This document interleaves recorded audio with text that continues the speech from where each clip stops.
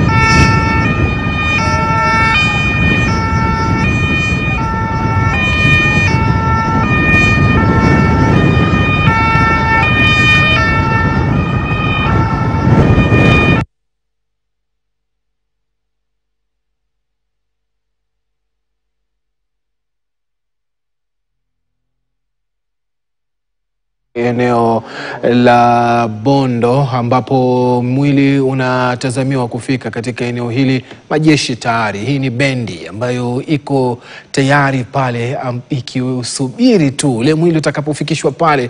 Utakuwa na hafla nyingine fupi hapa, manake ni hafla pia sasa itaendeshwa kijeshi, manake lazima kutakuwa na ile ufyatuaji wa yale mabomu 19 yatakuwa yanafyatuliwa pale, ambayo ni heshima upewa kiongozi wa taifa wa hadhi fulani, ambayo ni baadhi ya zile hadhi ambazo amezifikia Raila Amolo Odinga, ikifahamika kwamba amehudumu humu nchini kama waziri mkuu. Kwa hivyo atakuwa na fursa yake naye pia kupewa tangu alipowasili mwili wake kutoka kule India. Umezisikia kumbukumbu ambazo zimezungumzwa na viongozi mbalimbali kuhusiana na jinsi uharaka uliofanywa kuhakikisha kwamba mwili ule unatolewa kule alikoaga dunia, kuletwa hadi mjini Mumbai, kutoka Mumbai na kufikishwa jijini Nairobi, ambapo alipokelewa na halaiki ya wafuasi wake ambao walijitokeza katika uwanja wa JKIA, wakauchukua mwili huo na kuupeleka hadi katika eneo la Kasarani ambapo watu waliutazama. Wakenya walipata fursa ya kuutazama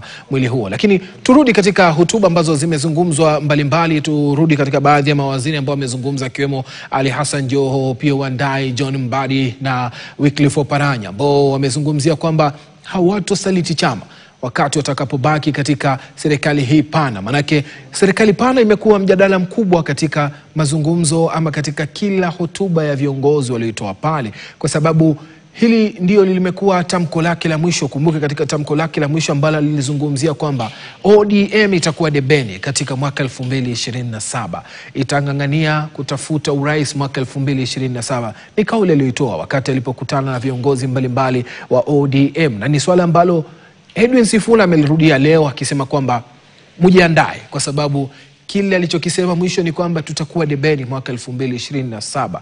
Na viongozi mbalimbali walipokuja kuzungumza akiwemo naibu kinara wa chama cha ODM Simba Arati amesema kwamba chama cha ODM kitakuwa na ushindi. Chama cha ODM kitakuwa katika serikali, na kama hakitakuwa serikali basi kitakuwa katika serikali ambayo itabuniwa. Kauli ambayo imeonekana kufungamana na kauli zake Rais William Ruto, ambaye pia alisema kwamba yeye mwenyewe atahakikisha kwamba ODM haitakuwa kwenye upinzani, akiwasuta wale ambao wanadhani kwamba watakitoa chama cha ODM katika serikali na kukipeleka katika siasa za upinzani, akisisitiza kwamba chama hiki kitasalia katika uongozi wa taifa, licha ya kusema kwamba atafanya nacho kazi kivipi, atashindana nacho kivipi, lakini yeye kwa uhakika wake ni kwamba ODM itakuwa katika serikali ya mwaka 2027. Ni baadhi ya mambo ambayo yamezungumzwa hapo pakubwa. Tusikilize tena kile kinachojiri kwa sasa hivi, manake tunachokingojea tu sasa hivi ni mwili huu ambapo utakuwa unaenda kupumzishwa katika sehemu yake salama, mahali ambapo ndio itakuwa pumziko lake la milele, ambapo ni katika eneo lake yeye mwenyewe aliloliridhia na aliloomba aweze kuzikwa katika sehemu aliyozikwa wazazi wake, baba yake na mama yake.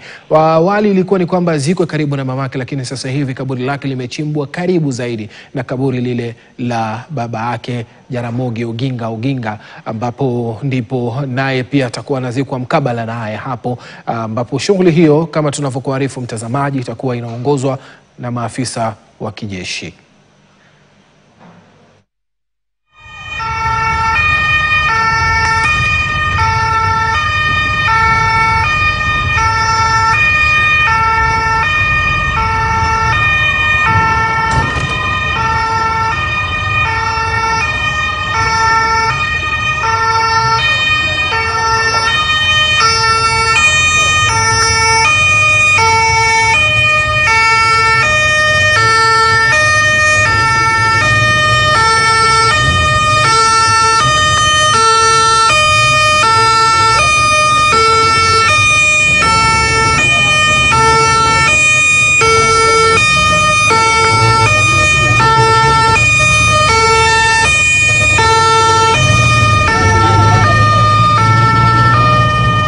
Na bila shaka mwili huo umewasili katika makazi hayo ya Kang'oka Jaramogi, ambapo ndio itakuwa ni mahali pake salama na milele. Nimpelekee mwenzangu kule Jeff Kirui ambaye amekuwa amekita kambi kutwa nzima pale akisubiri shughuli hii. Maafisa wa kijeshi ndio hao wanaandamana na mwili huo. Kipi kinaendelea kwa sasa hivi Jeff Kirui, kando na kwamba maafisa wa jeshi wameupatia ulinzi wa kutosha toka siku ya Alhamisi ulipowasili humu nchini mwili wake Raila Amolo Odinga?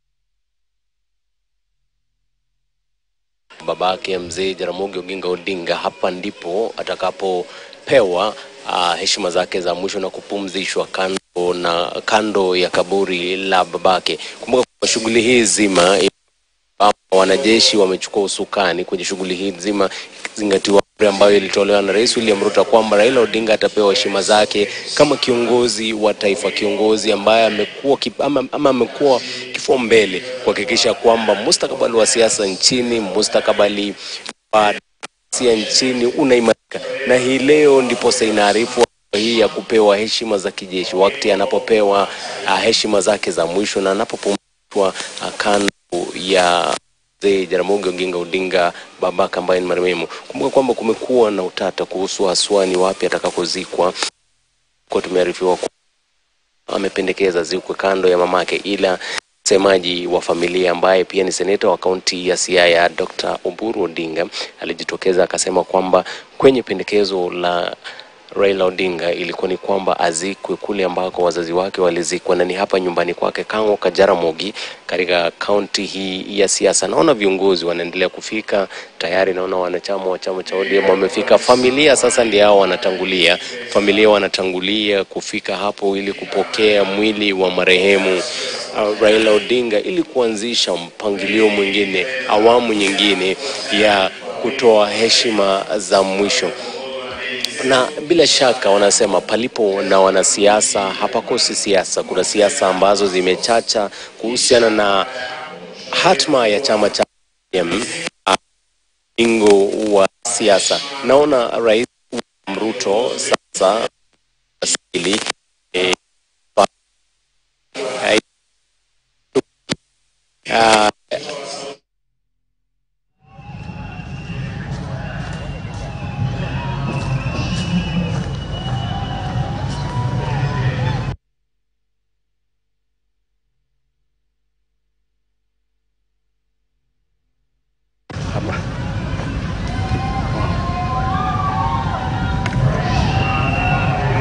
sisi tumelima majamaa tena.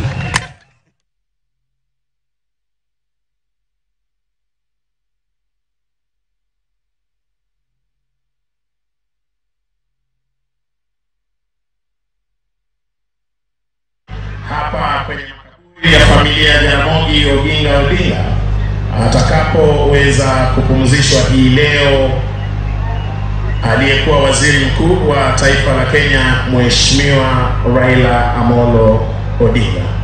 Nitazidi kutoa tahadhari hiyo kwamba hii leo tutaweza kuwa na mizinga 17 kwa heshima ya mwenda zake. Mizinga hii huweza kutoa sauti kali, japo haitamdhuru yeyote, ni kuweza kukuweka tu kwa ile hali ya kuwa tayari kupokea mizinga hii, ndiposa tusiweze kuwa na udhuru. Tunasubiri wenzetu waweze kujitayarisha. Baada ya kujitayarisha, tutaweza kusimama kwa wale ambao wameketi kwa wimbo wa taifa. Kisha baada ya hapo tutaweza kuendelea na tafrija ama sherehe za makaburini. Sasa acha hii kitu yende. Uko wapi kwani? Betri ya kufanya nini tena?